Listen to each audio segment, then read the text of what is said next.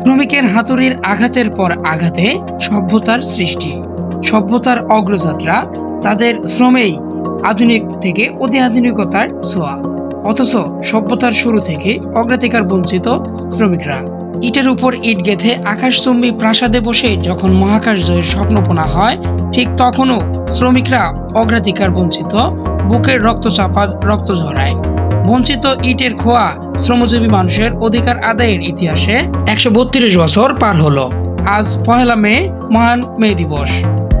হাজার বছরের বঞ্চনা আর শোষণ থেকে মুক্তি পেতে 1886 সালের এই দিনে বুকের তাজা রক্ত ঝরিয়েছিলেন শ্রমিকরা। শ্রমঘণ্টা কমিয়ে আনার দাবিতে এদিন শ্রমিকরা যুক্তরাষ্ট্রের সব শিল্পাঞ্চলে ধর্মঘটের ডাক দিয়েছিলেন। ওই দিনে ঢাকা, শিকাগো শহরের 3 লক্ষাধিক শ্রমিক কাজ বন্ধ রাখেন। শ্রমিক সমাবেশ ঘিরে শিকাগো শহরের হেমার্কেট রূপ নেয় লাখো শ্রমিকের বিক্ষোভ সমুদ্রে। 1,85,000 নির্মাণ শ্রমিকের সঙ্গে আরও অসংখ্য ক্ষুব্ধ শ্রমিক লাল ঝান্ডা হাতে সমবেত হন সেখানে। বিক্ষোভ চলাকালে এক পর্যায়ে পুলিশ শ্রমিকের উপর নির্বিচারে গুলি চালালে 10 শ্রমিক প্রাণ হারান।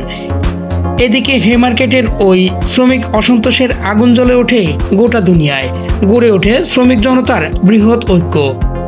অবশেষে তীব্র আন্দোলনের মুখে শ্রমিকদের দৈনিক 8 ঘন্টা কাজের দাবি মেনে নিতে বাধ্য হয় তৎকালীন যুক্তরাষ্ট্রের সরকার।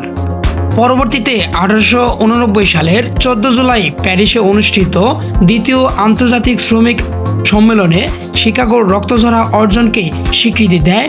ওই ঘটনার স্মারক হিসেবে 1 মে আন্তর্জাতিক শ্রমিক সংহতি দিবস হিসেবে ঘোষণা করা হয়। 1890 সাল থেকে প্রতি বছর দিবসটি বিশ্বের বিভিন্ন দেশে মে দিবস হিসেবে পালিত হতে থাকে। রক্ত দিয়ে কেনা শ্রমের অধিকার প্রতিষ্ঠার দিনটি বাংলাদেশেও যথাযোগ্য মর্যাদায় পালন করা হয়।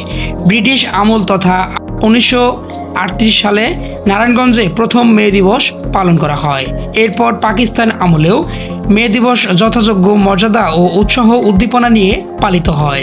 1971 সালে দেশ স্বাধীন হওয়ার পর 1972 সালে বাংলাদেশে বিপুল উৎসাহ ও উদ্দীপনা নিয়ে মে দিবস পালিত হয়ে আসছে।